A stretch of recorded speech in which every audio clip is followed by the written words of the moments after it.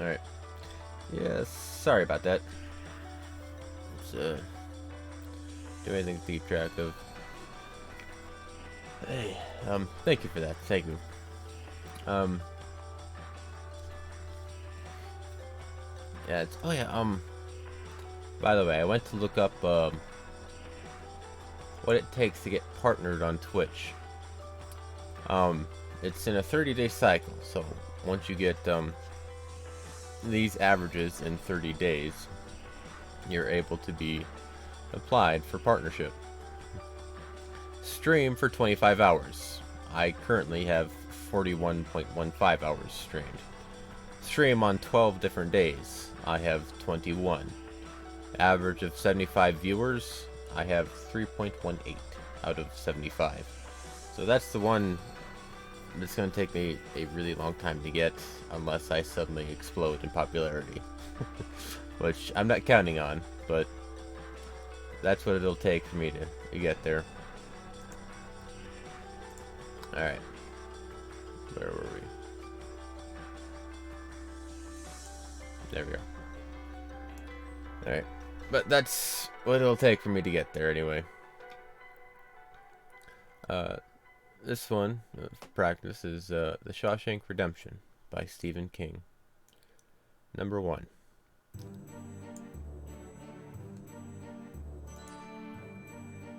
That doesn't quite fit this one. There we go. Number 1. I came to Shawshank when I was just 20, and I am one of the few people in our happy little family who is willing to own up to what he did. I committed murder.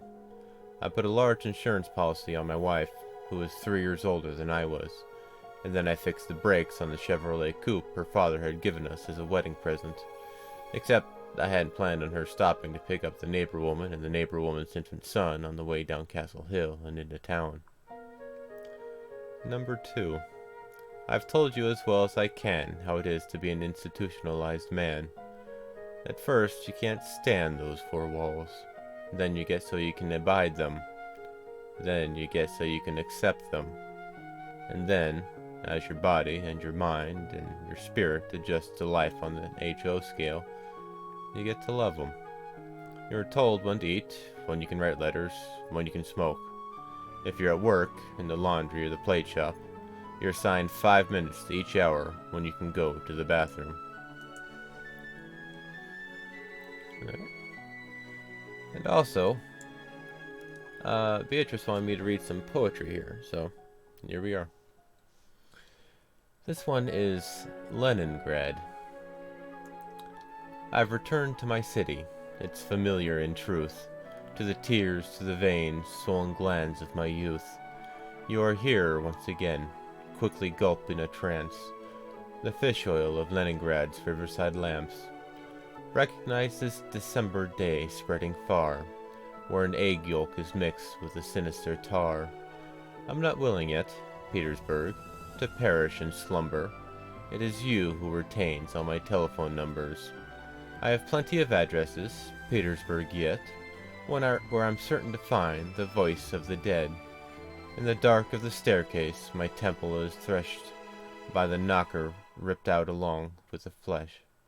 All night long, I await my dear guests like before, as I shuffle the shackles of the chains on the door.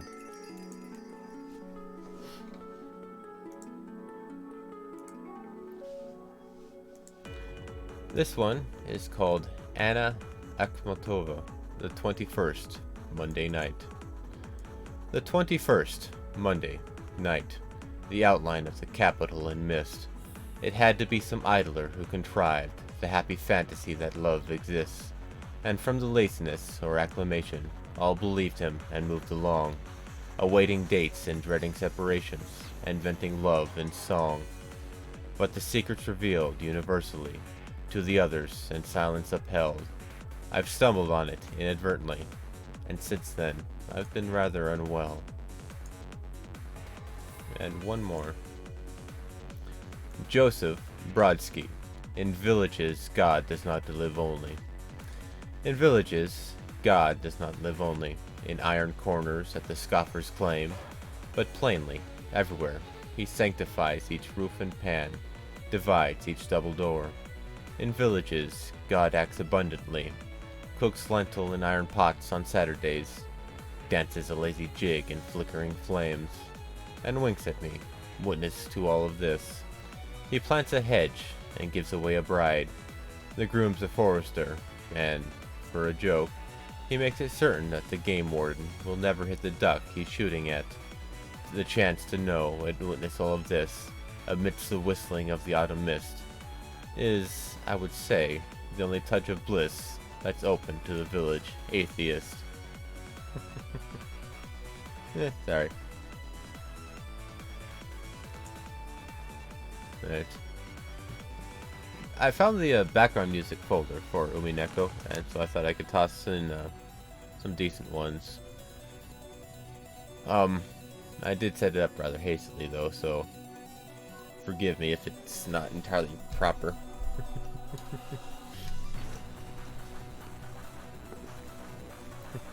But yeah, music does set the tone. I will admit fully that I am influenced by music quite a bit when I read things and such. Alright, let's see. Get this over here. Alright. Oh yeah, couple of things. Actually really do need to get this in proper position here.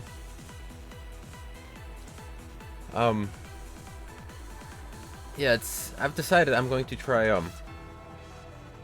every other day for reading. So we're actually gonna have Phoenix Wright tomorrow. So Umineko on Monday, Phoenix Wright on Tuesday, Umineko back on Wednesday, Phoenix Wright back on Thursday, and then Umineko back on Friday. I figure that would be an interesting way to go about it. And we can shake it up like we were talking about before. So, we can try it out and see where we go from there. Alright. However, pause the music for a bit and take on the proper music for the... Oh. It's getting a bit weird.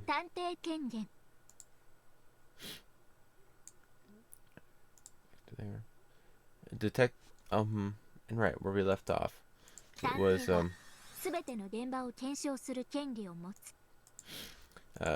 she had the she's employing the red truth for this game.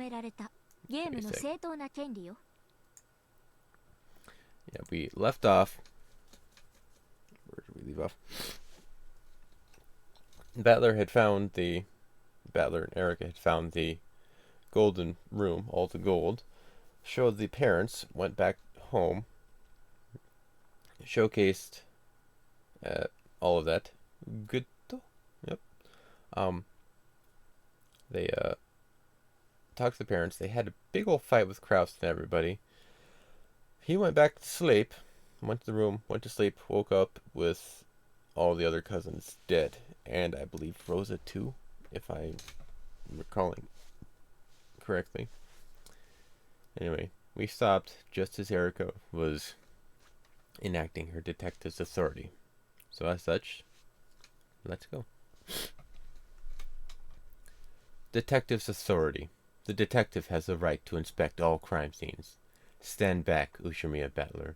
This is an official privilege of this game, which the human side has accepted.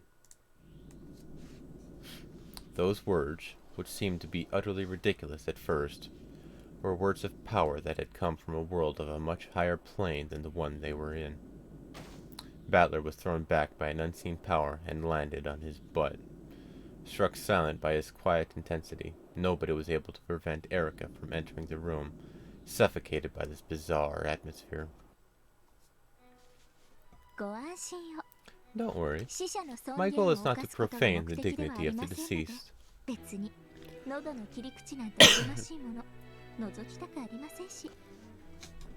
It is not like I want to peek into something as disgusting as a slit through someone's neck.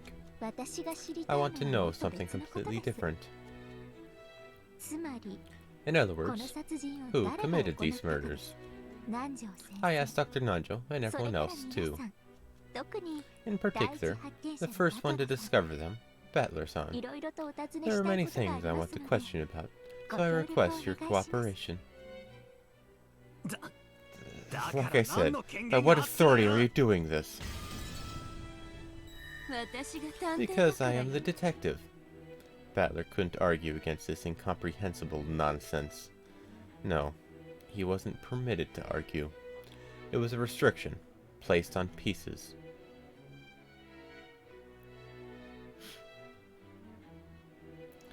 Erika summoned Dr. Nanjo and heard the details of his preliminary examination of the corpses.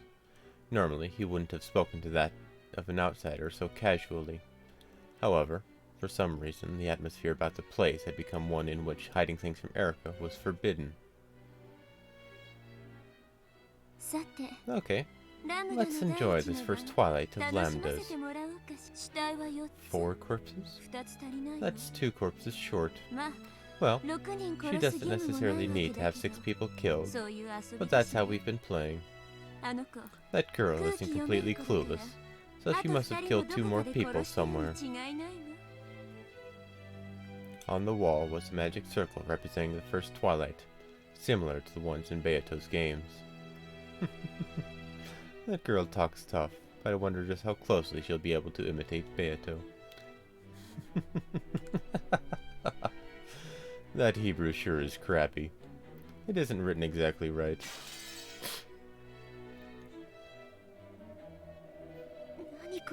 What the heck? What's going on? Why is there a magic circle? I'll bet they wanted to copy Beatrice-sama. What a crappy magic circle. That's a new pose. I just noticed that. This isn't just a copycat. Some human went out of the way to draw that, so they could make it look like Beatrice-sama did this. Anyway, let's report to Beatrice-sama about this. Even though we're already up to our eyeballs just protecting Goldsmith's secret. What a pain. But these murders have no beauty to them at all. It isn't really a closed room, and there's nothing impossible about it. Such pitiful murders aren't worthy of Beatrice-sama at all.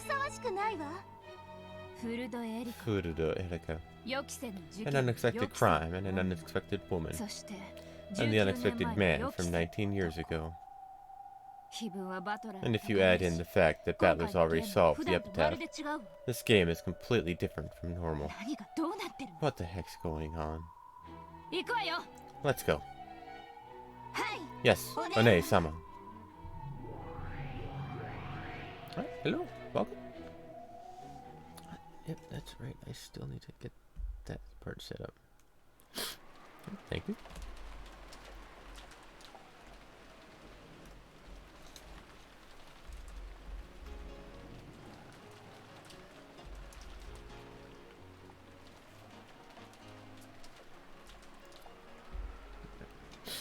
In the kitchen, Goda was preparing a wonderful breakfast at a brisk pace. Lame murders, huh? The main dish would be herb omelets. Even simple foods could become an invigorating feast under Goda's skillful hands. He would pre-cook everything beforehand and prepare the foods in the dining hall right before everyone else's eyes.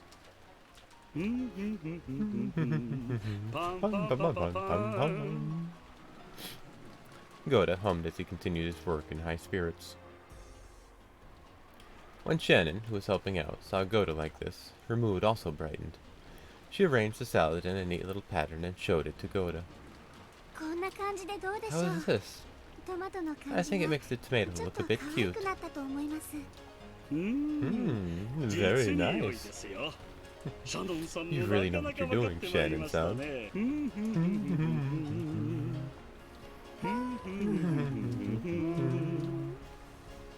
The 2 happy people gave each other a high five.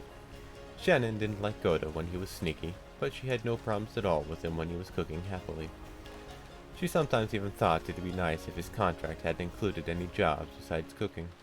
If that had been the case, he wouldn't have had to get in a bad mood doing unnecessary jobs.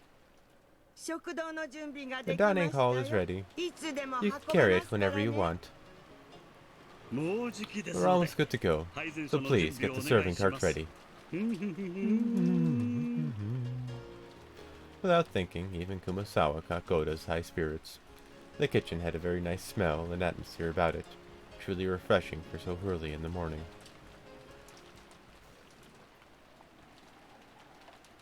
Then, Cannon came back, grumpy even this early in the morning, just like he always was. Cannon and Genji were in charge of getting many things ready for the mornings, such as opening the curtains. However, Cannon was alone today, so it had taken much longer than usual. I'm done. Where's Genji-sama? He still isn't here. That's odd. I can't imagine he'd sleep in.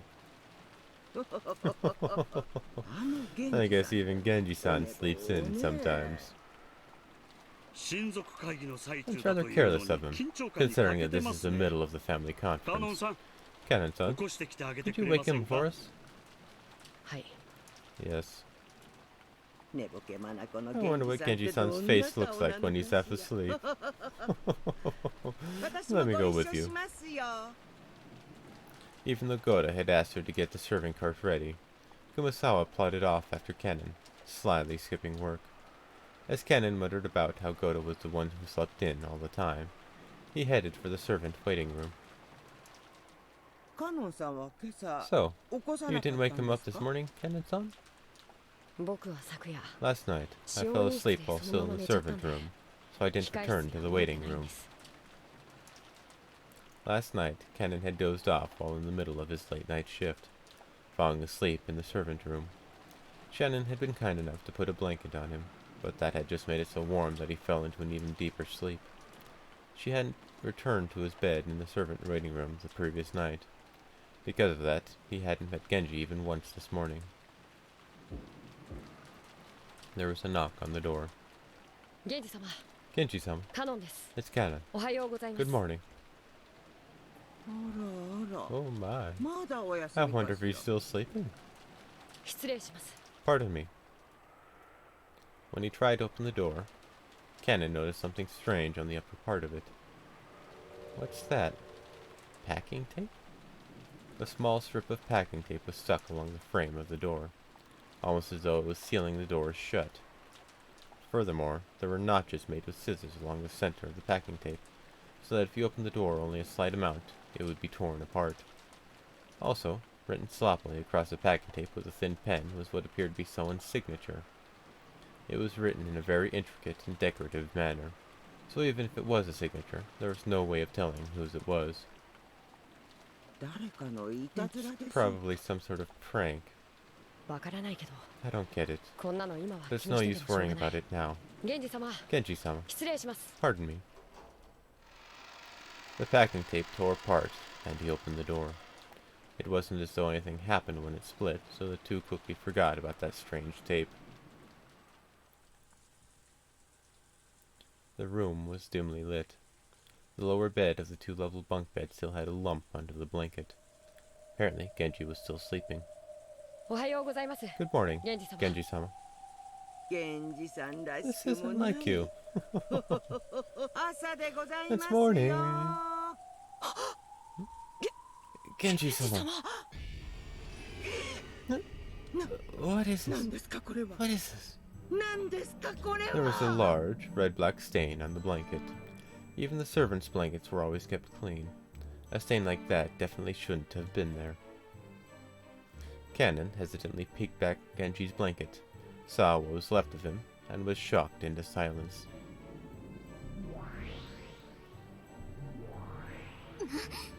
What the heck? His neck's been cut open. It's thin.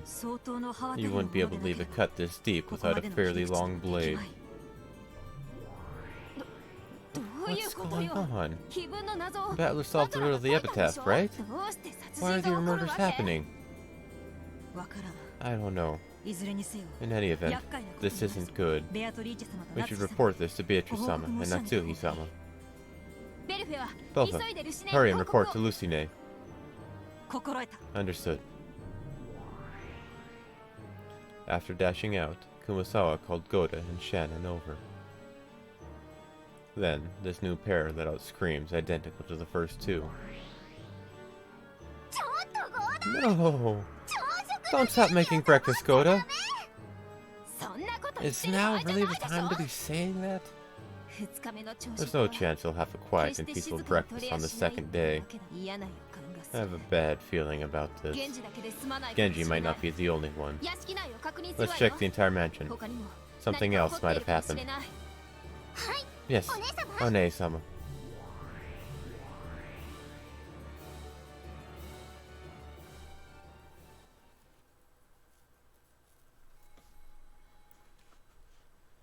This is definitely a very odd game. Natsuhi sprang awake at the sudden sound of the phone. Even Natsuhi was surprised that she'd woken up. She thought she'd spent the whole night unable to sleep out of fear that the mysterious man might come in at any moment, but she dozed off before she knew it. Of course, Natsuhi didn't feel rested at all, though she groaned from the dull pain in her head, which hadn't gone away once since last night. She managed to get out of bed. Morning, Natsuhi-sama. Morning. What a horrible morning it is. Don't worry. No one tried to enter this room. I see. Thanks for keeping watch all night.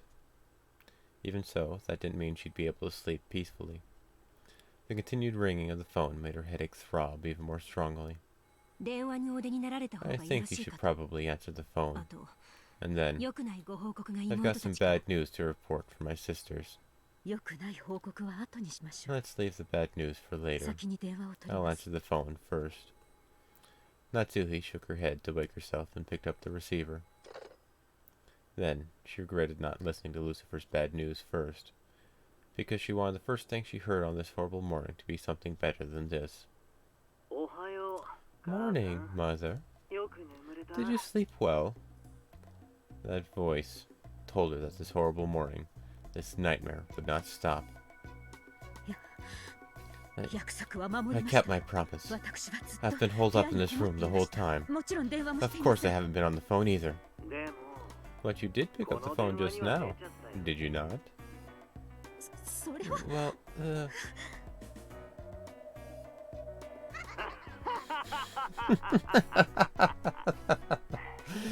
Just kidding.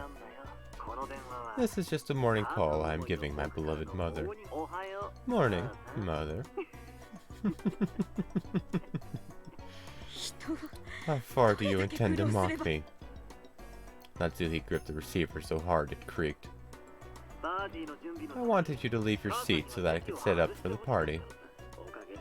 Thanks to that, everything is ready now.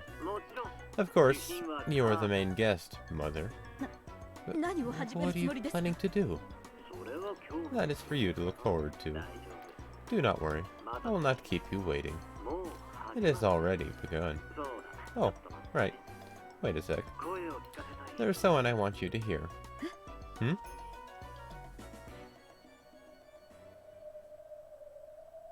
There was the sound of the receiver being jolted around.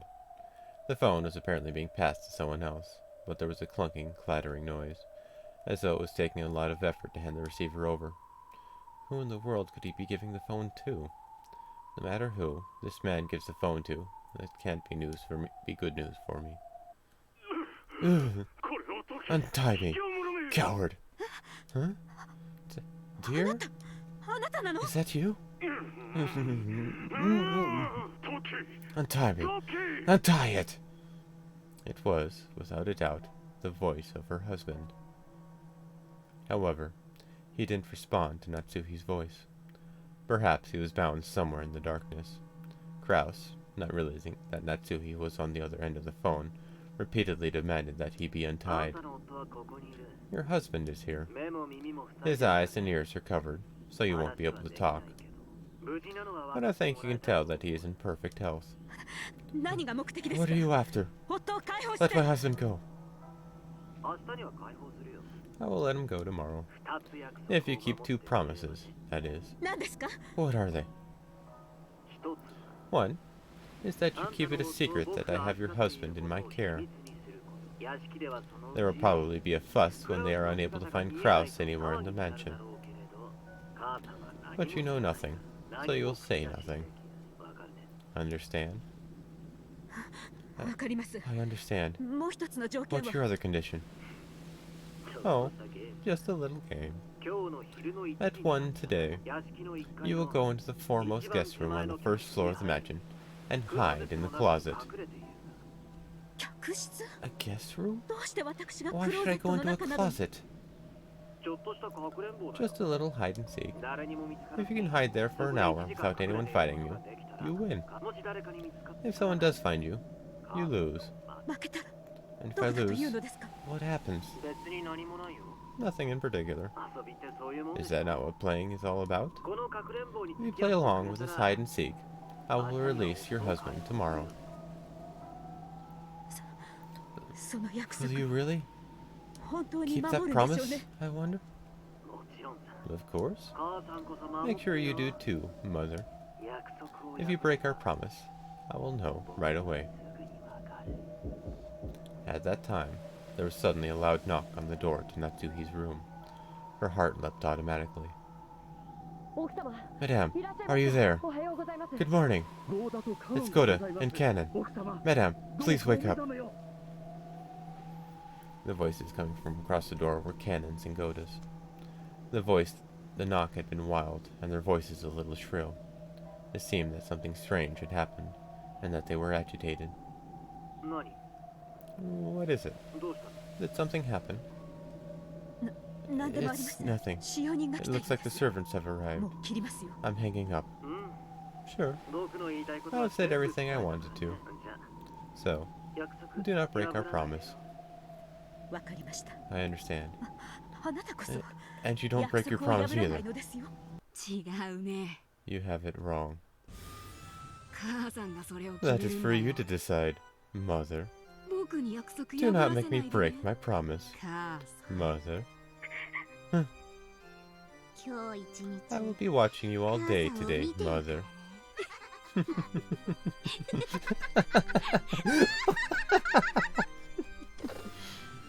Clank. Lambda Delta slammed the receiver down on the antique phone. Then, the phone exploded into bits and became a golden splash, then a cloud of golden butterflies, and then disappeared.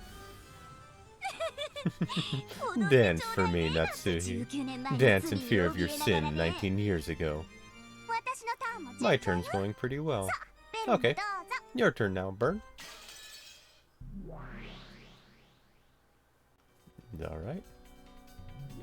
Oh, new music.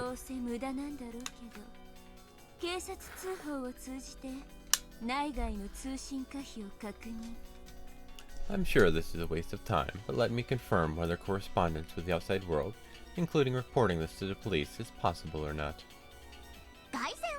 It's impossible to make use of the external line. Looks like you can use the internal line. It's impossible to use a boat inside the typhoon. I guess the closed circle is complete now. Congrats, you're a full detective now, Bird. When the police intervene, they sometimes steal some of the detective's authority. However, with the construction of the closed circle, the existence of police has been denied for all eternity. From now on, the authority of the detective piece will be totally guaranteed. Yeah, thanks a bunch. Then I guess it's time to get this game started. Erika, you're the main character. Now, begin. Even Genji-san? 5 people have been killed? Yes. And it was so horrible. It was exactly the same as the 4 in the guest house. The neck was sliced open with a terribly sharp blade. To think that even though I had the midnight shift, I didn't notice anyone suspicious. Don't blame yourself. If you'd bumped into the culprit, you might be the one dead right now. On top of that, the phones aren't even connecting. I doubt any boats will come in this weather. This is serious. And that makes it very likely the culprit's still nearby. Then what? Does that mean we'll be trapped here with a murderer until the typhoon passes and the boat comes? It'll be okay. If we all stay together like this, even the culprit won't be able to lay a finger on us. Even Jessica. I can't believe it. We won't let ourselves be killed. I'll avenge George. I won't let them get away. No matter who the culprit is, or what the reason was, I won't let the one who killed George get away. I'll kill them. I'll kill them.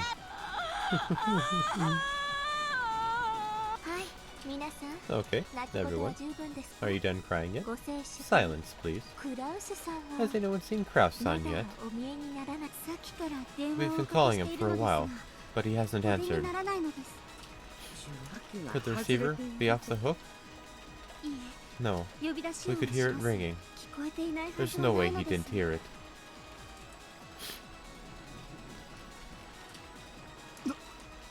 What does it mean? You don't think Uncle Kraus, too? Figures. I hate to say it at a time like this, but there were 4 in the guest house, plus Genji to make 5. I figured there would be one more. Why? How could you know that? Are you the culprit? Did you kill George? Stop it, Eva-san. Now is not the time. Eva got agitated and grabbed at Kiri. Nanjo stepped in between them and it grew into a bit of a scuffle. Watching this, Erika smiled condescendingly and shrugged. Of course, it's natural you'd guess there were 6 victims after seeing the crime scene in the guest house. There were only 4 corpses, so it'd make you wonder who the other 2 were. How could you know such a thing? You killed them? You killed George! Quit it, Eva. Erika-chan, Kiri-san. How can you know that? Can't you think before you talk? It's a simple connection to make. The scribble drawn at the scene of the crime in the guest house was a magic circle. I just tried to think of things connected to both magic and murders. Ah. So it's the epitaph, huh? I see. It's the first twilight. Huh? Huh? How can you know that? I read the script. Yeah, that's about it. We happen to be playing on a higher plane of existence. We are superior to these beings called pieces. Or something like that. Huh? Huh? What's going on? Well, I don't have a clue either. Is that how it is? That damn witch. So is this really Beatrice-sama's doing?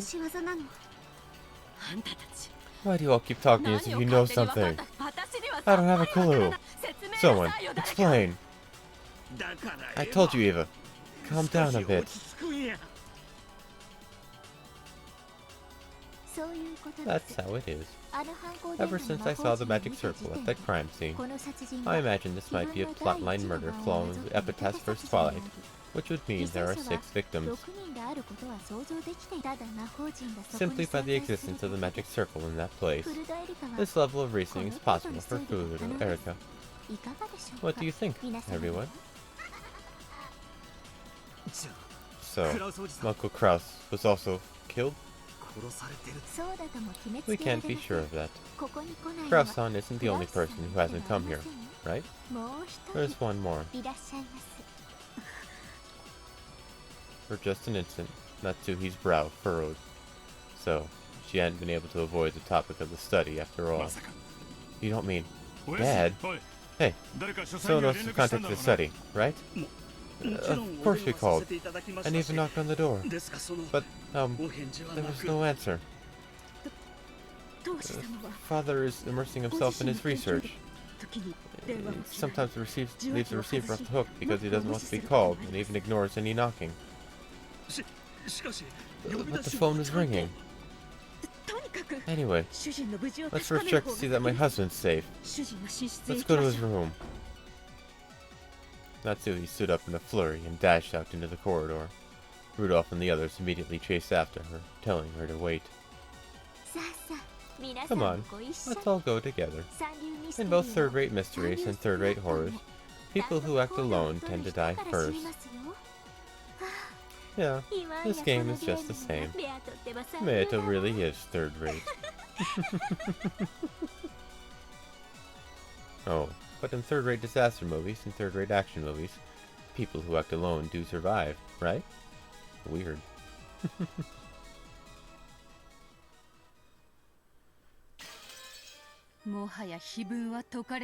Even though the epitaph has already been solved, who's behind this farce? It might be the work of this man from 19 years ago, who is thought to be Lady Lambda Delta's piece. Ah yes, that can't be true. In the games up until now, Beato has already stated that Kinzo has vanished, meaning that no more than 17 people exist, and no 18th person exists.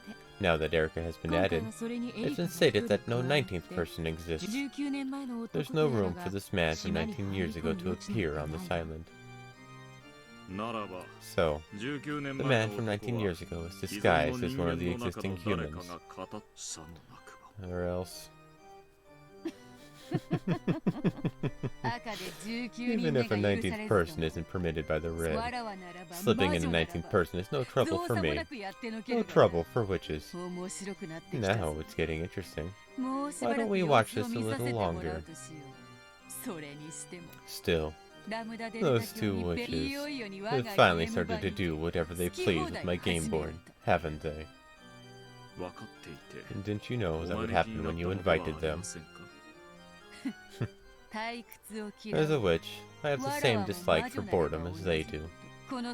Even the unexpected brings the kind of joy a witch expects. Very well. Bring it on. It's great that you're so eager, but things have taken a nasty turn. Get it? Indeed. Perhaps this isn't the best time to wait and see what happens next. I know that. At this rate, Kinzo's existence will become an issue once again. And the barrier around the study won't last long. That isn't all. Things are going to get even worse. See? Move 1, move 2, move 3. And then you're cornered. Natsuhi. Gap whispered something into Beato's ear. Beato's mouth slowly widened into a grin. Erika, bringing everyone together, is actually convenient for us. All the darkness outside the range of observers belongs to us demons. This may be the only time to make that move. Natsuhi is the king. She can't move far, but we cannot allow her to be taken. Let's take the initiative. If we slip up here, Natsuhi will be cornered. Gap, can I count on you? Of course. I'll blow a hole through closed room tricks, alibis, and mysteries alike. Leave it to me. I'll handle it. Gap was swallowed up, along with the chair she sat in, into a pitch-black hole that opened on the floor and then disappeared. After that, a hole opened on the ceiling and spat just a chair back out, returning the place to the way it had been.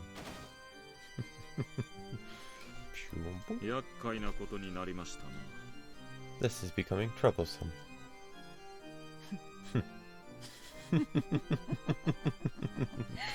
I see.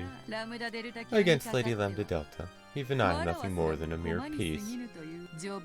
So, in the early game, I must worry more about expansion than losing or taking pieces.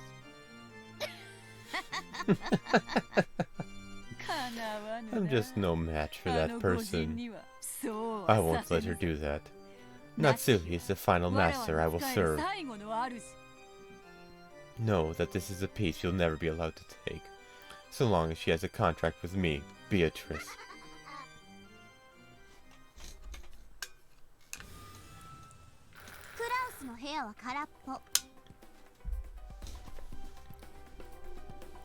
Krause's room was empty.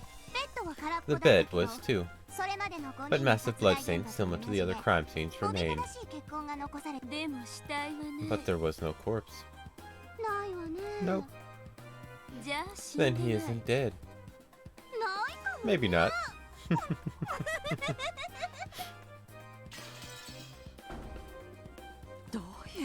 What's going on? Where's Nissan? Judging by this blood-stained bed, I don't like to think about it, but we should probably assume that he was killed and had his neck cut open, just like the people in the guest house. Probably. Judging by the amount of blood lost, it's hard to imagine that he's okay. But where did Cross-sama go? Large amount of blood stains at the top of the bed. Large amounts of blood stained the top of the bed, but there were no similar marks on the floor of the room. Whether Krause had been seriously wounded and wandered off somewhere, or killed and carried somewhere, they had no clue where this somewhere might be.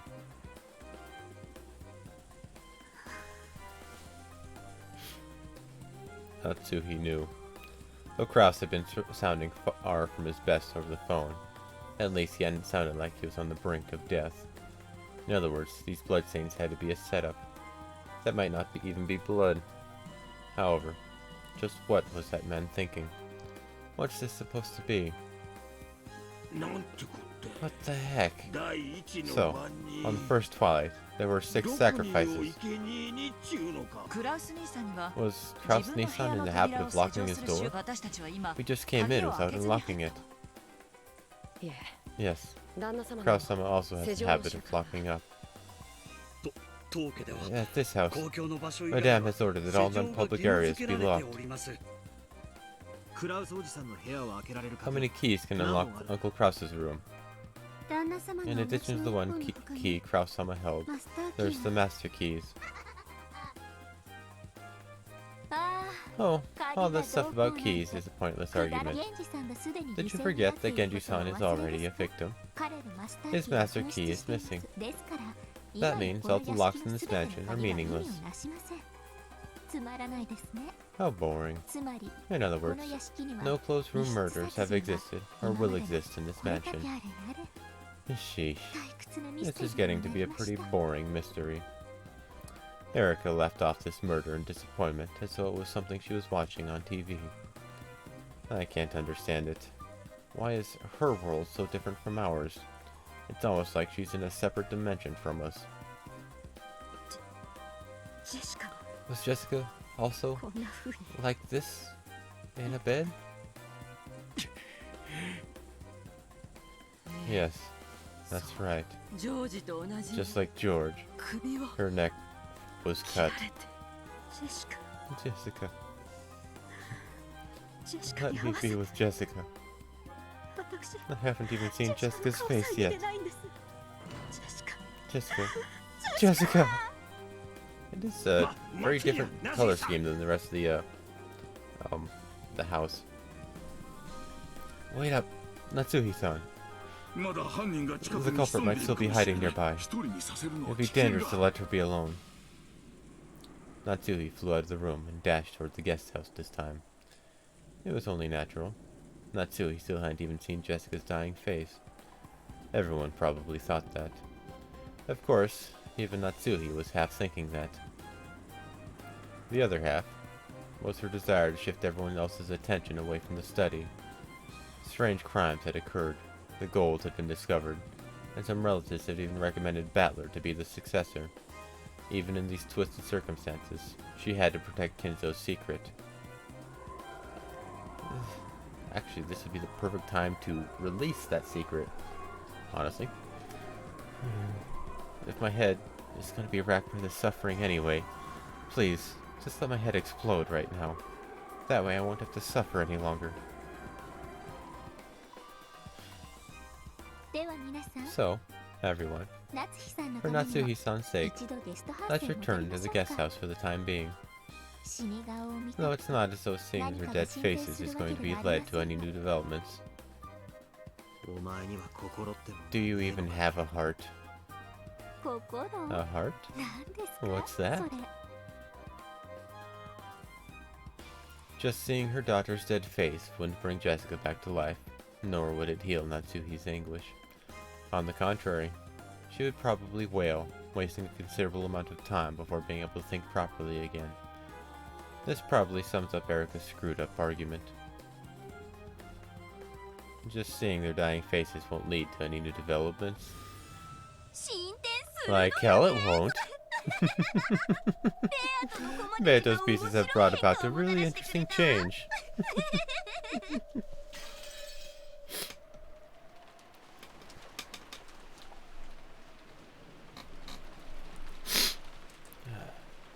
Sorry, got a bit of a runny nose.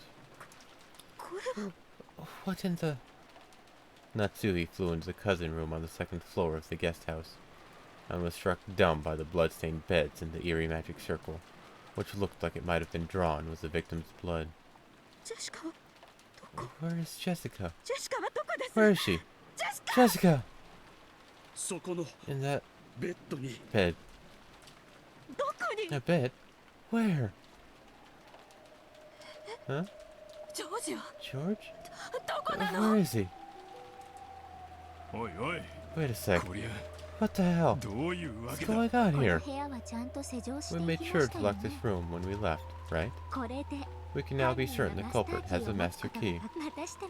Once again, my reasoning was correct. Who cares about that? Where did they go? Where did everyone's corpses go?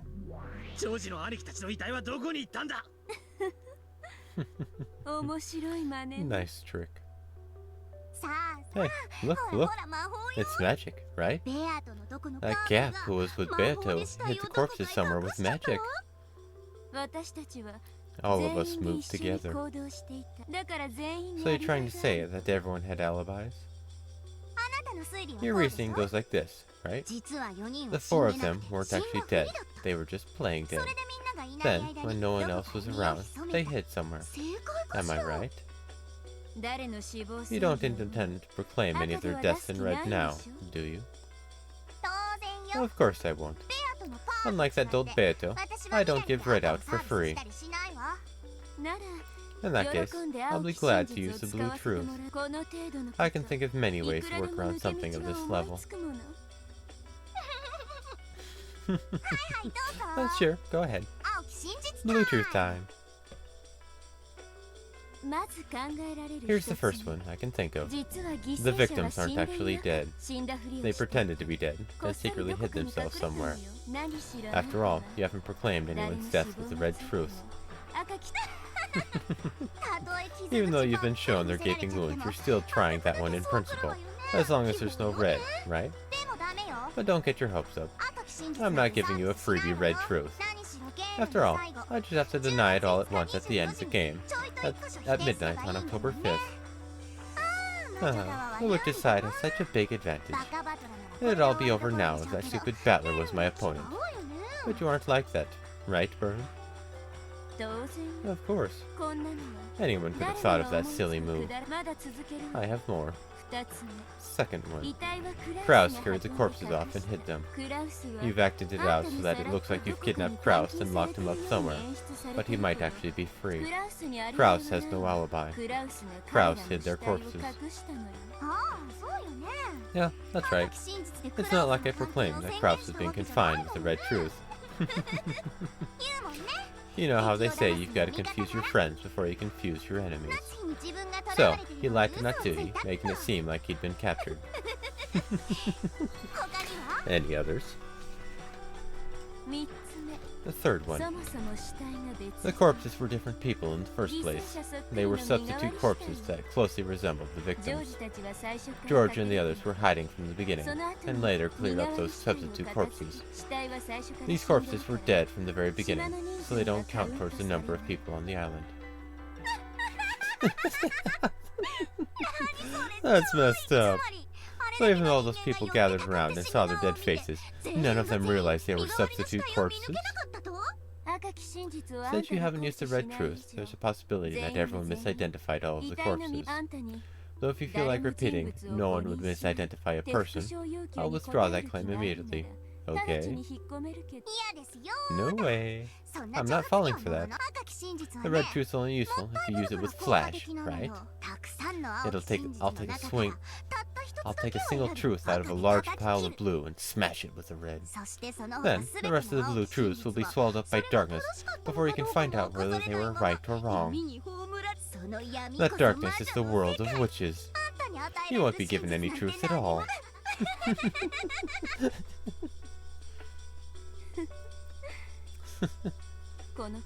This girl acts like she's stupid, but she's not bad at all. She'll never rise to provocation. Looks like she understands the darkness of magic even better than the true game master, Beato. And apparently, Gap understood that well. That move of hiding the corpses. It was pretty effective for both Lambda and Beato. In any event, I've thought up a full 3 theories about the disappearing corpses. The blue wedges for a single riddle. That doesn't mean she can just deny one of those 3. Unless she eliminates all 3 wedges, this riddle has been defeated. That's the ironclad rule of witch hunting. A single wedge isn't nearly enough. Only vampires die from a single stake. Compared to witches, vampires are weak. True witches won't die unless you stab them all over with stakes, right? It's the same with assassins, isn't it? It's only in Japanese manga that you see assassins kill their targets with a single, perfect shot.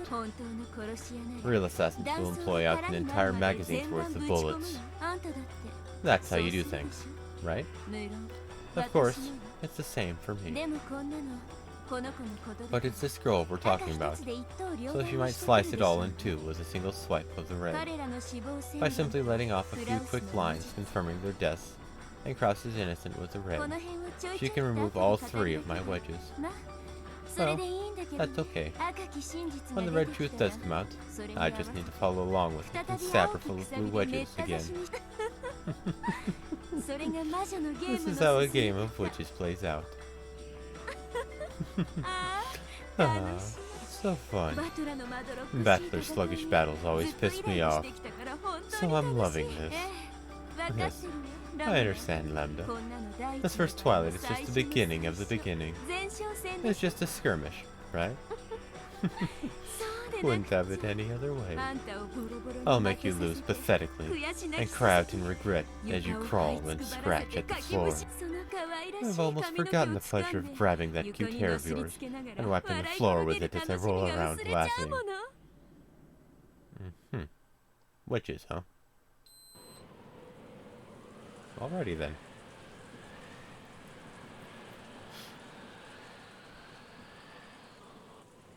The servant waiting room in the mansion had once again gone silent. There lay Genji's corpse, which had been covered completely with a blanket. In the ceiling of this cramped room, a pitch-black hole appeared, captivating legs sprouted out, and Gap floated downwards. Sorry, Genji. You probably want to enjoy your eternal sleep right there, but that's not going to be possible. Please disappear from this place, so that you may serve Natsuhi, the final head of the Ushimiya family, even after death. Gap stripped off the blanket as she said this to Genji, who was sleeping peacefully. Then she stared at the deep wound in his neck. That's a nice cut. It must have been made with a single slice. Has anyone who's capable of this manifested yet? Not good. I can't think of anyone decent who might be capable of this. It goes without saying, but witches are capable of summoning beings with a strength proportional to their own ability. The great Lady Lambda Delta called that being here as a trump card, 19th person. Even optimistically speaking, this is on par with Ronave and me. A pitch-black hole opened up on the bed, and Genji disappeared as though the bed had swallowed him up. Just like the 4 in the guest house, Genji's corpse was also hidden in some unknown place. It was a place that no one could find, located neither within this world nor the next. No longer would anyone be able to find their corpses. No longer would anyone be able to confirm their deaths. She carried Genji's corpse to this place of endless silence, where it would never be disturbed. When there's no corpse, a person goes missing. When a person's missing, people will suspect that they might be the culprit, and suspect that they might be victims. Truly like the inside of a cat box. The darkness inside of cat boxes that'll never be opened is where we demons and witches reside. You were a bit too slow, Miss Great Detective. Gap licked her lips and gulped. I wonder why Gap-sama is going around hiding corpses. I don't know. But Gap-sama is pretty cool. She's just so awesome. Don't be stupid. What happened to standing guard? The humans are returning from the guest house. Gap-sama. Yes, let's disperse. This should be enough to give Natsuhi a way out. Gap jumped into a pitch-black hole that had opened near her feet. Mammon said, "I'm going in too," and jumped in. Followed by Asmo, who said, me too, and hopped in, giggling. As Satan hesitated over what to do, the hole closed. And you call yourself members of the Seven Sisters of Purgatory. How childish. That's so stupid. Satan went bright red and got all angry all by herself, then turned into gold butterflies and disappeared. Pout. It seems Gap has succeeded in moving the 5 corpses. Well done. However, the next part is tricky.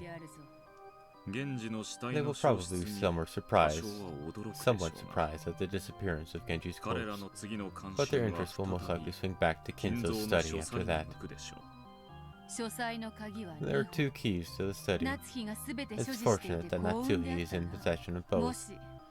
If she had left one with Genji, it would probably have fallen into Lady Lambda Delta's hands by now. It seems that Lady Lambda Delta has no intention of hiding Kinzo's death. Apparently, she plans to fight while ignoring the moat, towers, and ramparts that you have created.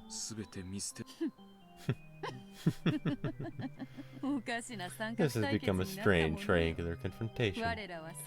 We are all each other's enemies, but we will sometimes join forces without notice. In a 3-way fight, just when you think it's 2 against 1, it suddenly becomes 1 against 2. That's what it's like. A Chinese battle royale. Don't you think it's like that Records of the 3 Kingdoms thing? No, the Longzong plan. That's quite a sophisticated analogy to hear coming from you. There were 3 empires and records of the 3 kingdoms, weren't there? Wei, Wu, and Shu, right? That sounds just like us. So, which empire won out in the end? The power that gained control in the end was the Jin dynasty. The 3 empires you mentioned were all destroyed. Oh, I didn't know that. I thought one of the 3 empires won. Didn't the Wei have an overwhelming advantage? They had the position of emperor stolen from them, and their empire was subjugated and destroyed. The Sima clan, a noble family that Cao Cao invented in as advisors, eventually gained central control and a power stroke and took over the country. So, they were invited in as advisors, and they seized control. Very interesting. That's Lady Lambda Delta.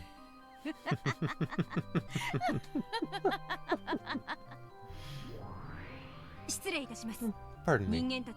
The humans have confirmed the disappearance of Genji's corpse in the servant waiting room. They have started moving towards Lord Goldsmith's study. Riche? They're coming. Let them come. The humans, and the witches of certainty and miracles. If this is a 3-way fight, then we've got humans, witches, and... what should we be called? If the thing we're protecting for the time being is Kinzo's phantom. So, are we phantoms then?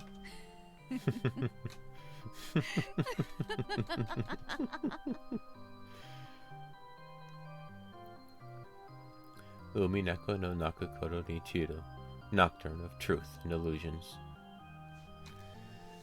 And yeah, that's...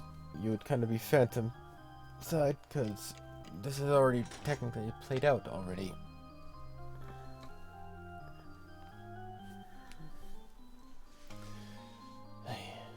But this is just... this is not a Beatrice game. Packing tape with a signature at precisely torn tape. That's just placed there specifically for a detective to unravel. It's... yeah, that tape is still kind of bugging me.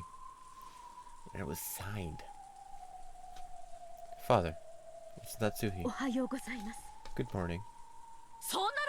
There's no way he'll wake up if you do it like that. Father, it's Eva. Please wake up. It's an emergency. Eva pushed Natsuhi aside and knocked repeatedly with all her strength. Quiet down. You're being too boisterous. Is now really the time to be saying something like that? So, he isn't picking up the phone, and he isn't responding to knocking either. That's troublesome. He might be in a bad mood again. Kinzo-san sometimes considers even the slightest change to be an omen. He gets into a bad mood for reasons only he can understand.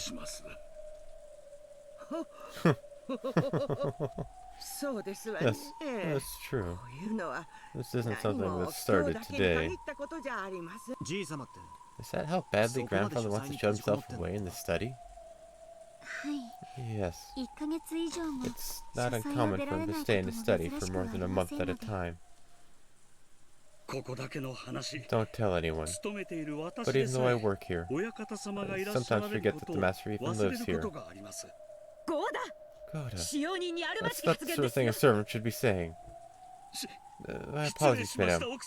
I'm truly sorry. Anyway, isn't it bad that we can't get in contact with him? In the worst case, father might not even know where there's been a crime, right? Well, I wonder.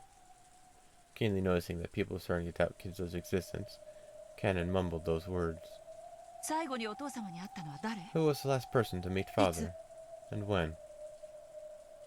It was me. Last night. Up until the time of the uproar from when Battler found the gold. I was in father's study, giving the daily report. So, at around 11 o'clock last night. No way around it. Let's open it up. What did you say? This is the family head's precious study and research room. No one is permitted to trespass without permission, okay? Who here holds the highest rank? Me, right? I'm third in rank of the Ushimiya family. If we open it and get scolded by father, that's also the responsibility of the highest rank. Because of the urgent circumstances, we'll open this door. You have a key, right? Open it. Snitch up 10 wedges to pierce switches? Uh-huh. Alright. Wait, 10? I believe you know this, but the study door cannot be opened with the master key. The master has recently taken away Genji-sama's key as well. So he has both keys on his person. Therefore, so, both of the keys that can open this door are inside the study. A closed room. Gutta? It's finally starting to get a little interesting. It'd be pretty neat if Kinzo-san was lying on the bed in there with his throat cut. You're being far too indiscreet, Erika-chan. Anyway, as you know, this door can only be opened by the keys that father has. That means anyone, even a murderer, would find it impossible to even touch father from outside the room. So father must be okay.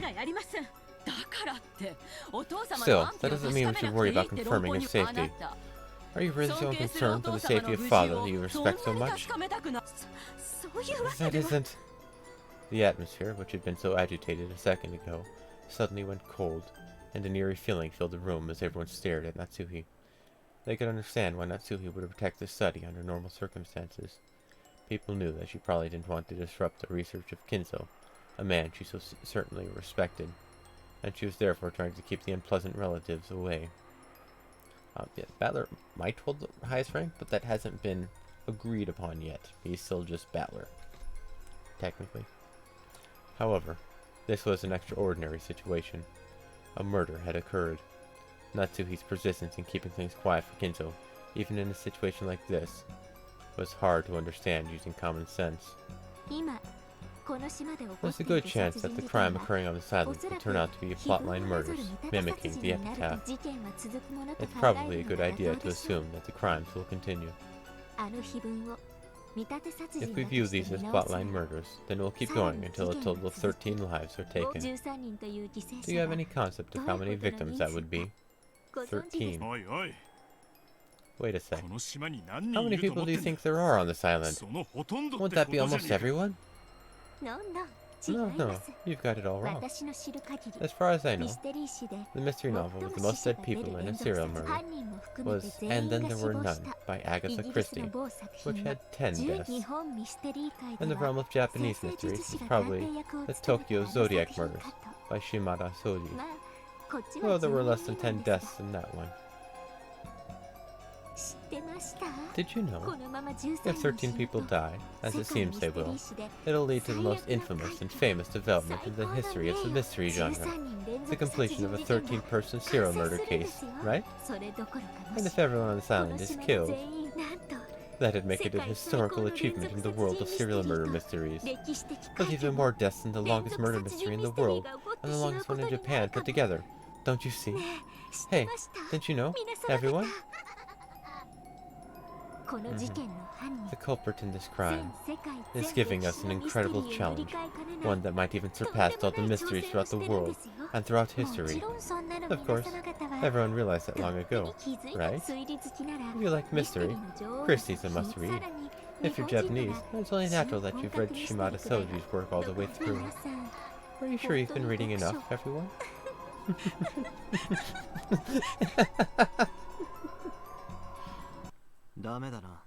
It's useless. Eh? Looks like you haven't read enough yourself. Did I say something wrong? Erika, who had been chatting away happily all by herself up until a second ago, changed her expression into displeased glare in an instant. What you were saying about the Japanese mystery genre, Sakaguchi's Ango's non-serial murders, beats the Zodiac murders. The number of people was the same in both, right? They tie for the record, but Non-Serial Murders was first published in 1947. The Zodiac Murders was 1981. If you know so much about it, shouldn't you have mentioned Non-Serial Murders first? Erika glared at Battler with an expression that couldn't be fully described with the word shock, and her arms shook as she stood there, lost for words.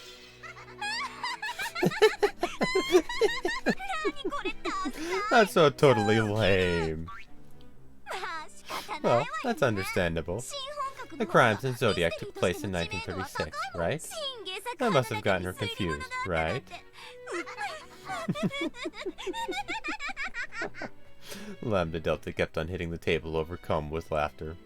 Even Burncastle, who had been struck with humiliation, snorted and started pounding the table and laughing in the same way.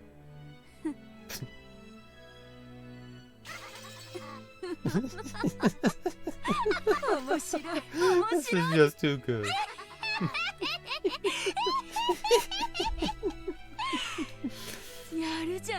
Not bad. Peace, Bethany.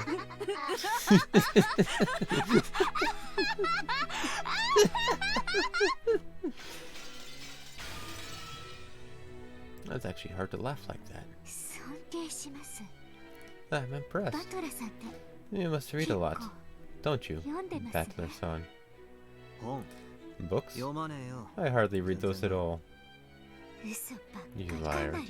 You know quite a lot, don't you? I'd never say something as arrogant as, I am a book reader. I am a book reader isn't something a person who doesn't even read 100 per year should say so lightly. Don't you think? You mere peace.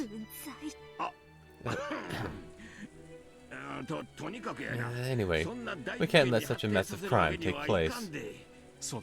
That's right. At any rate, checking Dad's safety is our first priority right now. But what should we do? He's ignoring the phone and our knocks. The keys are inside. There's nothing we can do. Are we supposed to knock this thick door down? That won't be easy. Father might have been attacked by someone and severely injured, and maybe he's waiting for someone to help him.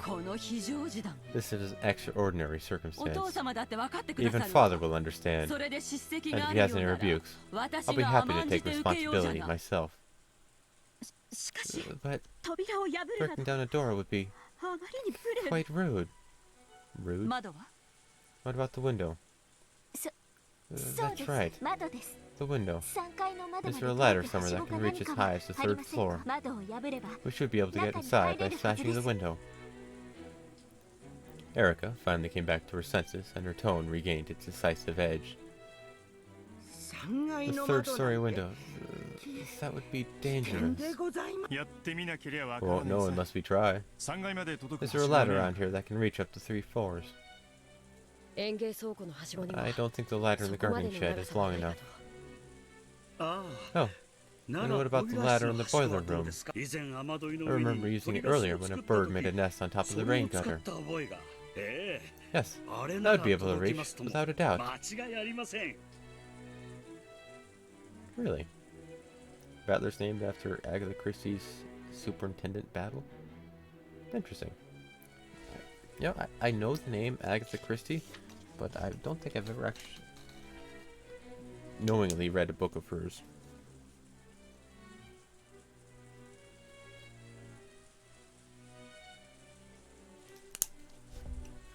I probably have read something like it, but I didn't realize it. Huh, I'll check that out later, maybe. Among the other things I've got to check out too, so we'll see. He must have been extremely happy about thinking of something Canon hadn't. Looking pleased with himself as though he had won something, he glanced around at everyone. He was probably hoping that Natsuhi would praise him, but she quickly avoided his gaze. Of course, Canon had known about that letter too. However, in order to protect Kenzo's secret, he had intentionally pretended to have forgotten. But with its weather and the strong winds, isn't this just too dangerous? I agree. If someone gets seriously injured, we can't go to a hospital until tomorrow, right? The wind might not be as strong in the courtyard. I think it's at least worth it to take a look. But truly, going up to the 3rd floor will be quite the challenge. Back when we had to clean the bird's nest, most of the servants shrank away from the danger. And that's when I, your humble servant, took on a major role in spectacularly handling the situation. It's a bird nest. Right, then there's no problem. Let's just get a ladder that'll reach. And it looks like someone here already has experience with this sort of thing. Huh? There you go, Goda. Have fun. Any bets if he falls or not? Wait. I think he was there at the end. At the beginning. I can't remember now. The courtyard was surrounded on all 4 sides, so while the rain was still fierce, the winds had almost no effect. Fortunately, the ceiling showed it out a bit, so even the rain wasn't so bad. Okay, let's try standing the ladder up. Be careful. Don't hurt yourself. Sure. Rudolph and Battler carried the special ladder, which was designed for work on high places. 2 umbrellas followed the pair. Shannon and Cannon were holding umbrellas and sheltering them from the rain. It doesn't matter if we get wet. Go back under the eaves. Goda-san, even if there's something wrong with your knees, you can at least hold a ladder down, right? Yes. If only I had enough Hyaluronian. Going up a ladder would be no problem at all. I am truly sorry. Goda clambered forward to replace Shannon and Cannon. As she watched this, Kiri giggled. Dad, hammer. Cool. Battler, you love athletics, don't you? Not as much as I love my cool handyman dad. You little brat. Sheesh. I guess I've got to show this son of mine my good side every once in a while. Battler, Goda-san, hold that ladder down tight. And make sure you're looking up, okay? My hand might slip, and you'll have this hammer tumbling down on you. Don't worry. I'll catch it and smash your head in. After putting the hammer they'd gotten to smash the window in his pocket and cracking his knuckles, Rudolph started climbing.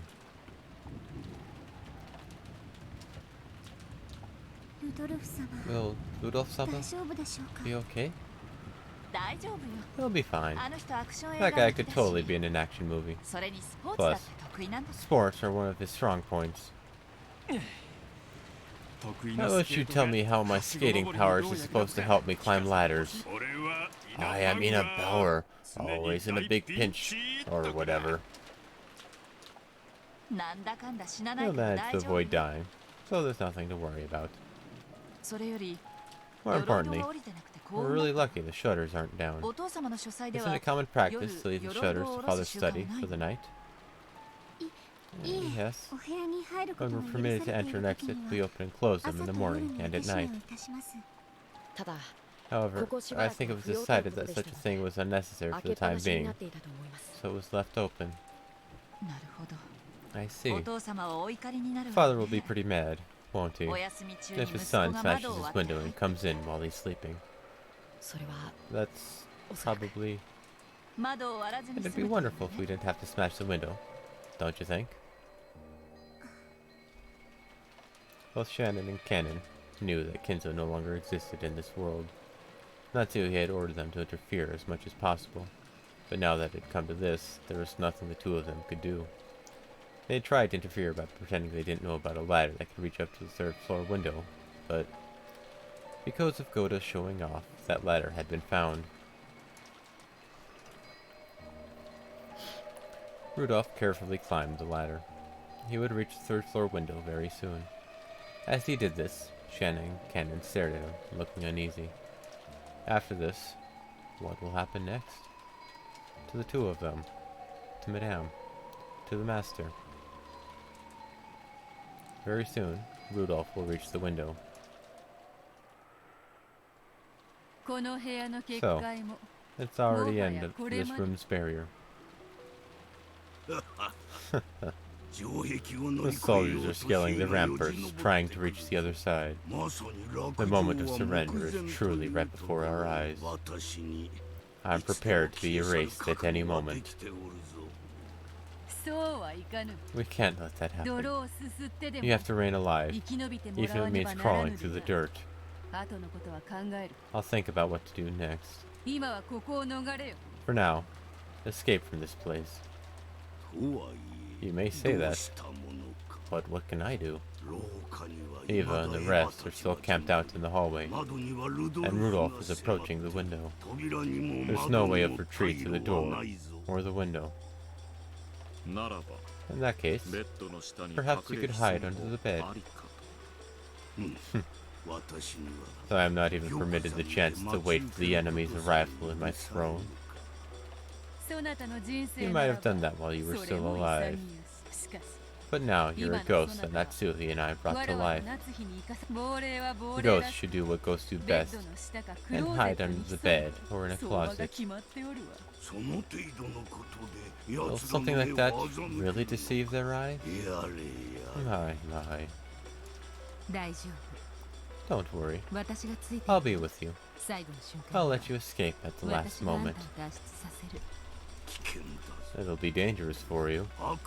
Even though you're a demon, you won't get away unscathed if you're burned by the magic-resisting toxin. Don't worry about that. Anyway, I need things to get at least that bad before my heart starts pumping. How comforting. I understand. I'll hide under the bed. My lady, Rudolph will reach your window very soon. I think I remember what the state was. Yeah. I've changed my mind. I'll guard this place. Hide yourself, along with Ronove. What did you say? You've got it backwards. Didn't we plan to leave this place to Gap and have you retreat, my lady? The Ronove should have been used to her fickleness. This surprised him for the first time in a long while. Beato may have been a powerful queen, but she was also an important piece that mustn't be exposed to danger. Though she was strong, running the front lines without any plan would not be a praiseworthy move. What kind of whim is this? It's just a whim. I'm not so fond of boredom that I could simply sip tea while leaving everything up to you. I've just gotten the urge to jump into the struggle right away.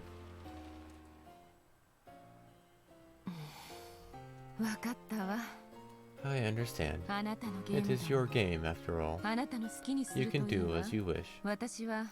I'll carefully watch over the corpses of the first twilight that I erased, making sure nothing happens to them.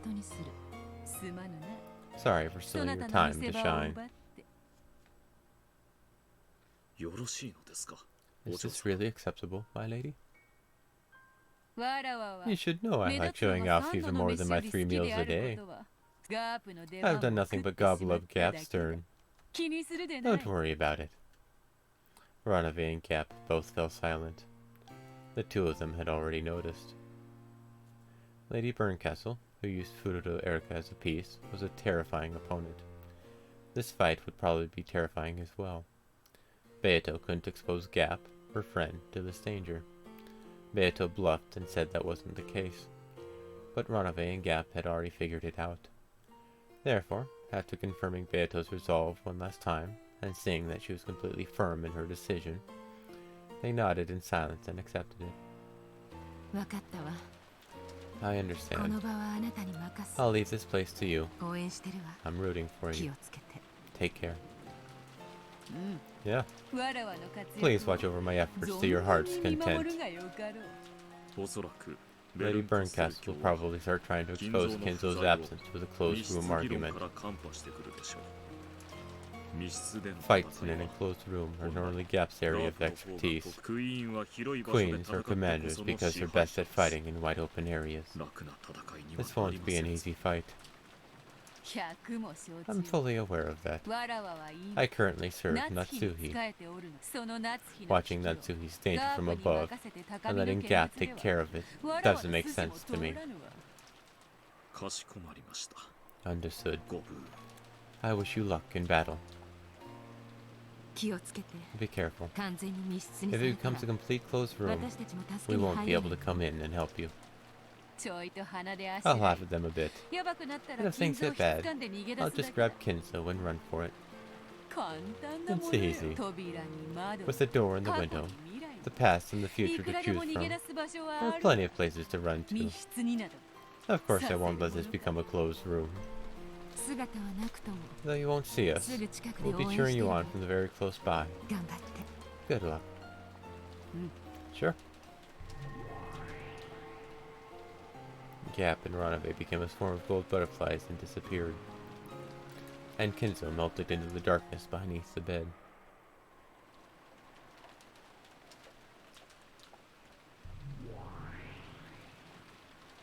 Then, Beato also became a swarm of gold butterflies and melted away inside the study. After that, all figures and signs of life had disappeared from the study, and it once more regained a silence as though no one had been there from the beginning. Then, Rudolph's outline slipped into view from beyond the window's curtain.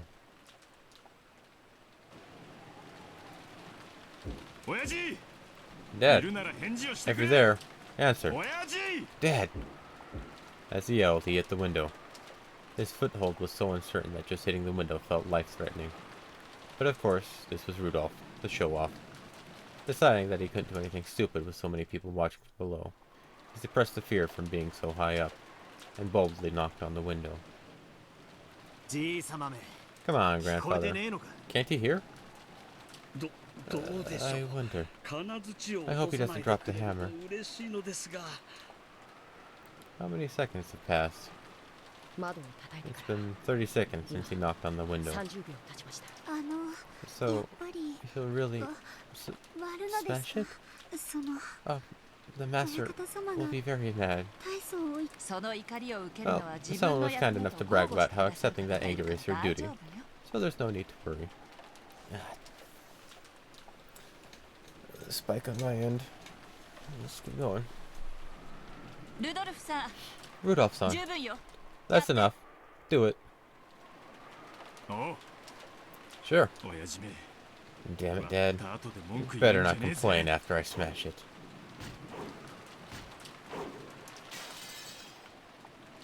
He hit it several times, and eventually a fist-sized hole opened up in the glass. Because of his unstable footing, this took a lot of effort. Using the end of the hammer skillfully, he brushed aside the now fractured bits of glass and opened the hole further, stuck his hand through it, and unlocked the window. Then, after a hard struggle, Rudolph somehow managed to open the window, and his body slipped into the study. After that, he flopped onto the floor, using his entire body to enjoy the relief of having a ground under him. Dad, it's Rudolph. Answer me.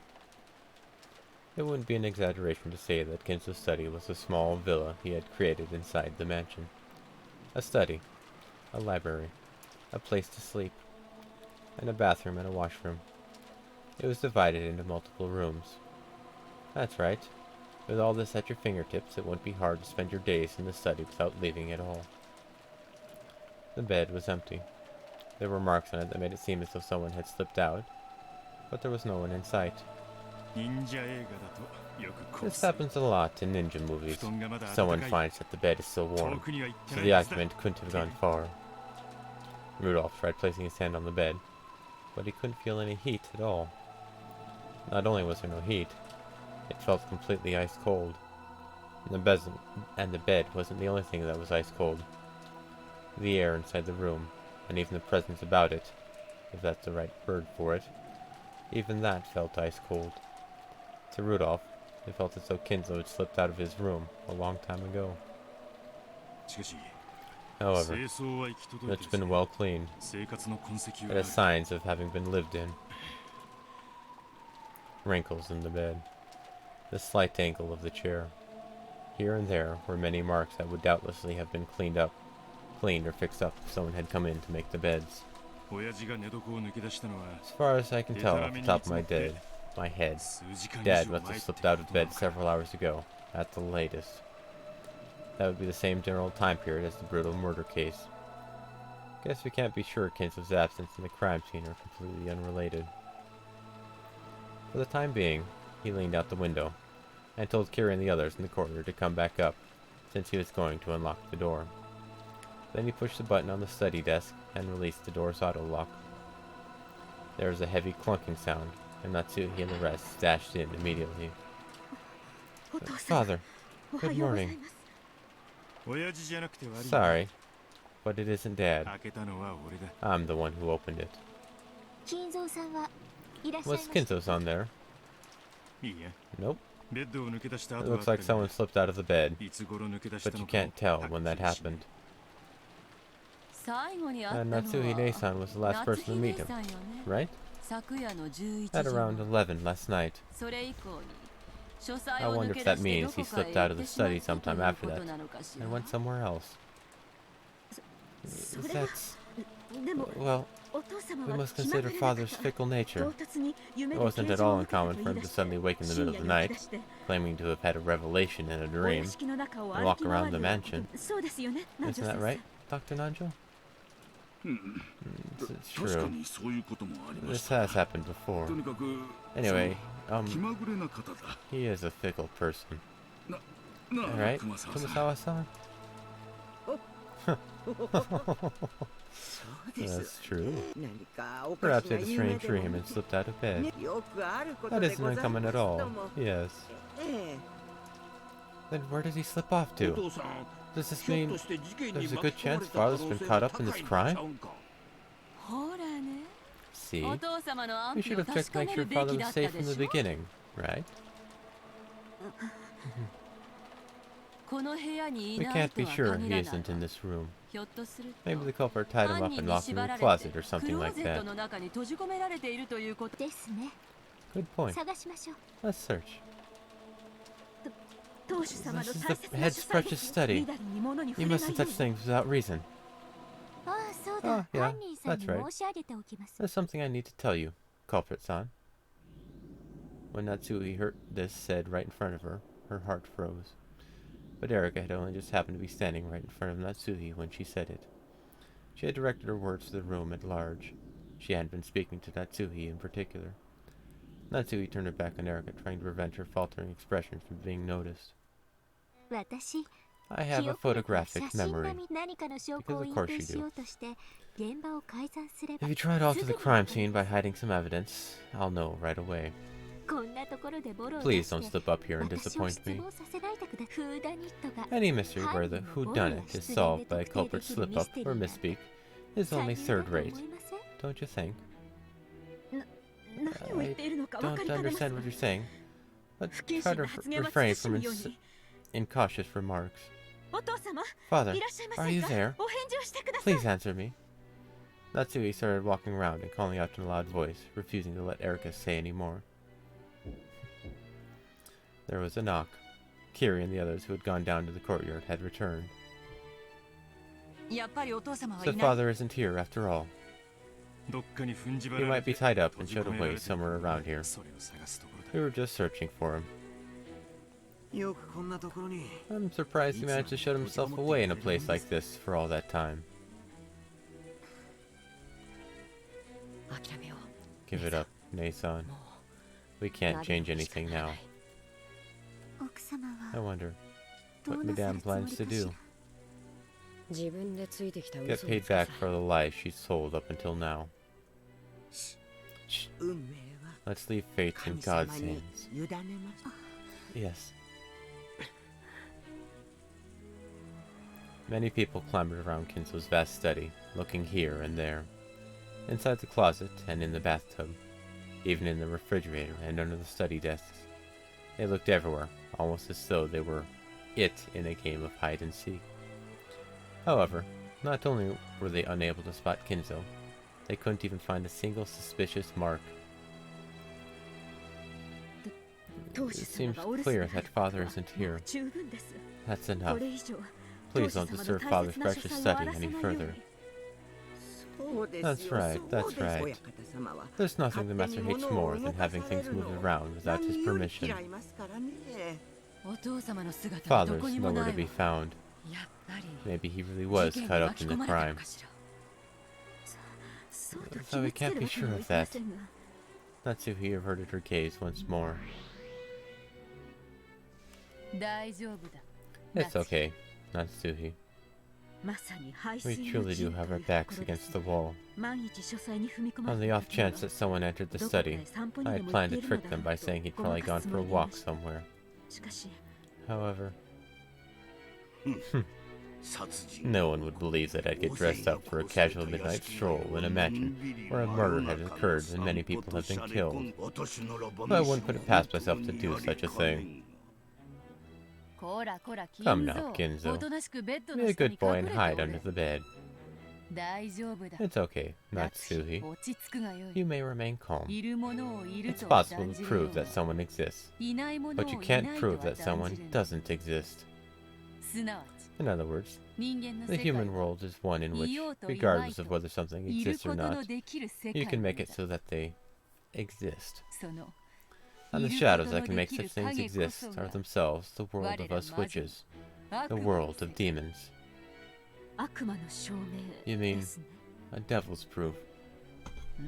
Yes? So don't worry. The power of demons will most certainly protect you. If it could protect the honor of father and my husband, I wouldn't mind sacrificing this body of mine to demons. Your resolve is good. Don't be anxious. I most certainly will not let Kinzo be killed.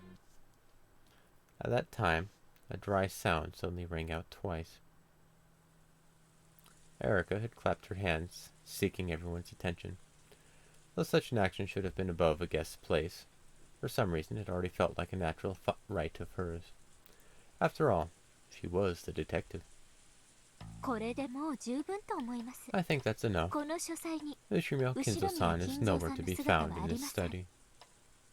Yeah, we searched everywhere he could have been hiding. Dad's nowhere to be seen. Furthermore, we found nothing that looked suspicious.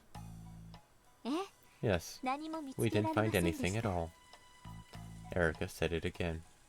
They hadn't been able to discover anything. In that case, we mustn't loiter around in this room. Do you understand how angry father would be if he learned that so many people were looking through his study? Eva-san, you said you were prepared to take responsibility, didn't you? Are you prepared for him to break off relations with you for the rest of your life? That's for father to decide, not you. Silence, please. I'd like to lay out the situation. At 11 o'clock last night, the last person to meet Kinzo-san in this room was Natsuhi-san, right? Can anyone confirm that? Confirm? Yes, that's right. After all, the only one who claims that Natsuhi-san really did stop here by 11 last night is Natsuhi-san herself. There wouldn't be a problem if Kinzo-san confirmed that Natsuhi-san really did come here last night. But that vital witness isn't here. So, you're saying alibis are the foundation of a mystery? Yes, that's right. Alibis are important. Of course, they're almost useless when it comes to the actual theory making. But it's common courtesy to poke around those boxes. Even though you didn't ask for alibis regarding last night's murder, you are doing it for grandfather's disappearance. You really are a fickle person. Oh, don't worry. Have no fear that I will fully examine everyone's alibis. Regarding the murders of the first twilight later. So, can anyone confirm that Natsuhi-san visited here at 11 o'clock? If no one can, we'll be forced to doubt whether Natsuhi-san really was the last person to spot him.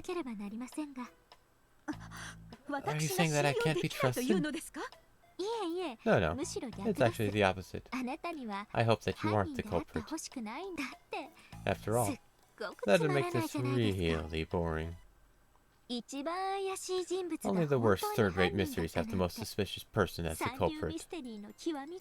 Natsuhi-san is suspicious? Wait a second. How can you say that? He's right. Calling Madame suspicious is the height of discourtesy. Be quiet. Dr. Nanjo, Goda. Thank you. Erika-san, do you have some sort of proof to justify such a rude outburst? Yes. No, it's so simple that it annoys me. Sorry to bother you with this TV drama quality evidence, but if you don't mind, why don't you just let us hear it? When Battler glared at her, a cold expression rose to Erika's face for an instant. But it was only for an instant. After smiling peacefully and gazing around at everyone, she started to talk. She looked like the main character in a play, who had come out onto the stage, bathed in a spotlight. It's about this morning. Please remember the time after the murders occurred during that big uproar that followed. We wanted to tell Kinzo-san about the crime, but he wouldn't come out, no matter how many times we called him on the telephone. Remember that time. Anyway, isn't it bad that we can't get in contact with him? In the worst case, Father might not even know there's been a crime, right? Well, I wonder. Keenly noticing that people were starting to doubt Kinzo's existence, Canon mumbled those words. Who was the last person to meet Father? And when? It was me. Last night, up until the time of the uproar from when Battler found the gold. I was in Father's study, giving the daily report. So, at around 11 last night. Erika chuckled significantly. And what's your point? Ridiculous. I think Kiri-san probably did that intentionally. Am I right? What do you mean by that? I hope someone might fall for it. I see. Thanks, Kiri-san. Actually, I was planning to say the same thing, if you didn't. Is who saw the master last really that important? Yes. If we take the circumstances into account, then in response to the question, who met him last, it is very odd for Natsui-san to answer, me. Why? Madame told the truth without hiding anything. Be quiet. Why do you think it was odd? Why are you so sure that no one else met Kinzo-san after 11? Well, that's because I watched as he went to bed. It's only natural to assume that he would then sleep until morning, and not meet with anyone. Considering the circumstances, it was easy to suspect the last person to spot him of having some kind of involvement with this case. A normal person in Natsui's position wouldn't say, I was the last person to meet him. I met him at 11. Right, Kiri-san? Yes, that's correct. A normal person would say, I met him at 11. However, I'm not sure I was the last person to meet him. Something like that. Gutto? Claiming to be the last witness is usually quite difficult. That is, unless you know something that makes you sure there were no other witnesses after you. In third-rate mysteries, the last one to spot the victim is often the culprit. They killed the victim themselves, so they knew that no one else could have met the culprit later on. That's how the argument goes. Couldn't that be nothing more than a minor misspeak? It's not important enough to be picked up out of the blue and focused on. Yes, that's nothing more than nitpicking. Isn't it a little too early to suspect Natsuhi-san because of a little slip of the tongue like that? Furthermore, you said she needed a reason to be sure no one else spotted the master. But of course she had such a reason. She left the room after seeing the master go to bed. Following common sense, it's perfectly natural to assume that he probably wouldn't meet anyone else until the next morning. No, that isn't natural at all. After all, Natsui-san, Dr. Najo, and Kumasawa-san all made this claim a short while ago. Please, try to remember. And Natsui-san was the last person to meet him, right? At around 11 last night. I wonder if that means he slipped out of the study sometime after that and went somewhere else. That's... well, you must consider Father's fickle nature. It wasn't at all uncommon for him to suddenly wake in the middle of the night, claiming to have had a revelation in a dream and walk about the mansion. Isn't that right, Dr. Najo? True. This has happened before. Anyway, he is a fickle person. Right, Kumasawa-san?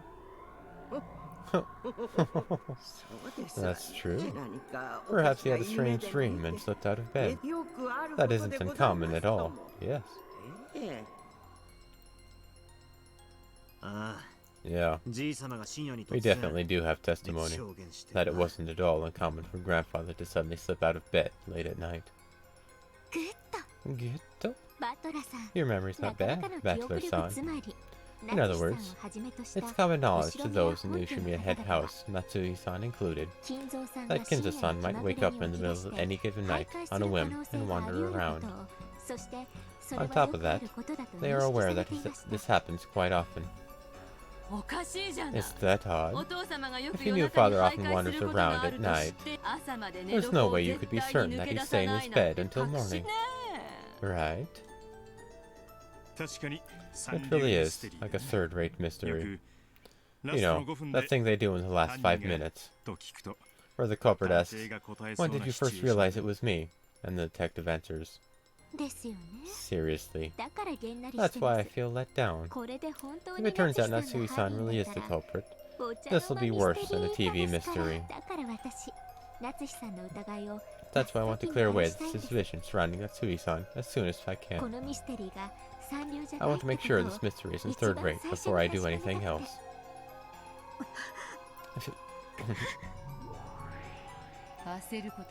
There's no need to get anxious, Natsuhi. This is a classic word game used by detective wannabes. What exactly is her point? How could she possibly corner you with this accusation alone? In the court of hell, all of the demon jurors will declare you innocent. So calm down, and don't get flustered. It may be true, but that Natsui looks suspicious when you say it like that. Still, it sounds like you're just nitpicking to me. But it is suspicious. Isn't this more than enough reason to suspect that Natsui-ne-san's hiding something? All the unfair accusations. And how cowardly of you, Eva-san. You're the sole person who can confirm that I really was here at 11, aren't you? Is this true, Eva-san? No. Did that happen? I'm sorry. At the time, I was losing my head because of the recently discovered gold. So I forgot all about bumping into Natsui-ne-san until just a second ago. So, Eva-san, you can confirm that Natsui-san was a witness at 11. Yes. Unfortunately, I'm able to acknowledge that one part of Natsui-ne-san's story, but only that she came out of this room. What are you implying? Oh, I'll tell you. In fact, I've wanted to say this for a long time now. I do realize it's improper to bring this up in the middle of such a tragic murder case, but the timing now is just too perfect. You know what I'm talking about, don't you? Natsuhine-san? The servants gulped and held their breath. It seemed that they hadn't been able to hide it after all. In the middle of this heavy silence, Eva fingered her trump card, and Natsuhi tried to act calm. Both space and time grew heavy as lead, and swallowed up everything. Just when did Kinzo-san disappear, I wonder? Erika's words, spoken almost casually, tore that atmosphere to pieces like shattering glass. Simply put, we haven't met him once at the family conferences this year or last. That's right. We've suspected it since last year. Seeing as how my son and the others have just been killed, this may not be the time or place to press you on this. But there's a chance that this has something to do with the crime. So pressing you is just what we'll do. It's possible that you have a motive for hiding Father's death. We have reason to suspect that you're embezzling his assets. If Father were to die, an investigation would be conducted for the distribution of the assets, and your embezzlement would be exposed. That's why you hid the fact that Father's already dead. I see. That's more than enough for the why done it. This keeps getting more and more third-rate. Boring. I don't know what you're talking about. You say I'm hiding the head's death? I most certainly won't forgive such a reckless accusation. That's right.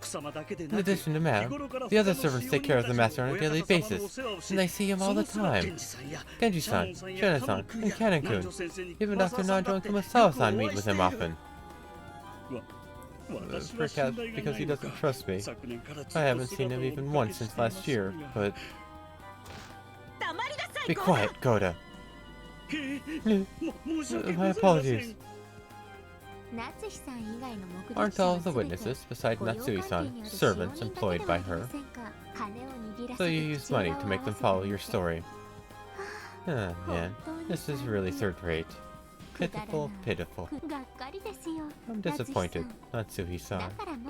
So I guess I'll have to finish this now. Finish what? Ushimiya Kenzo-san. What is it, uninvited guest? You don't exist, do you? You're a ghost whose death was concealed by those humans who didn't want it known because of the inheritance problem.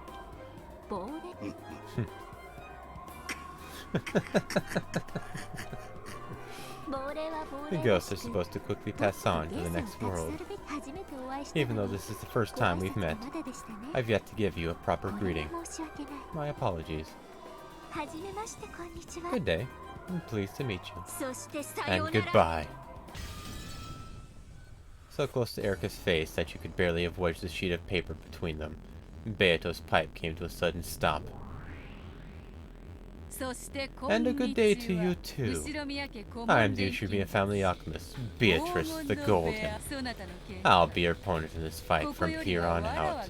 I'm glad to meet you. I'm the detective of this game, Furuta Erika. It's a pleasure to make your acquaintance. And now, goodbye. So, here Lady Burncastle's next piece after Ranchi. I think now might be a decent place to stop. What a polite girl, indeed. So cute. Yeah. Cute, huh? But yeah, it's, this story is so third-rate. It's just so boring and everything. Yeah. The Beato vs. Erika fight next time. That'll be the title, and that'll actually be on Wednesday, actually, if that's the next chunk that's coming up. And yeah, tomorrow will be Ace Attorney, Phoenix Wright, and we'll experience a more comedic and simpler and stupid storyline. There was I think the option Kraus, that was it. Went missing from his personal room on the second floor of the mansion. There were large traces of blood left behind, making the situation similar to those of the other victims. He is the only victim of the first fight whose corpse was never witnessed. And also, with all these clues and stuff, I think I've pieced together something, but with all the other games combined, but it also seems like really obvious with how they're explaining it, so I question it. But I'm going to keep it secret until next time. But yeah, Ace Attorney is tomorrow. We'll see you then. I might have to change up some stuff, but yeah, I'll see you later. Oh, maybe I can try out my new UI. Okay. I'll be working on things. So, see you guys all later. Have a good one. And remember, detective's privilege. Above all, I guess. I think you'll like it, Jesse. I think you'll actually like the second game with this particular character, Pearl. I think you'll like her a lot. Anyway,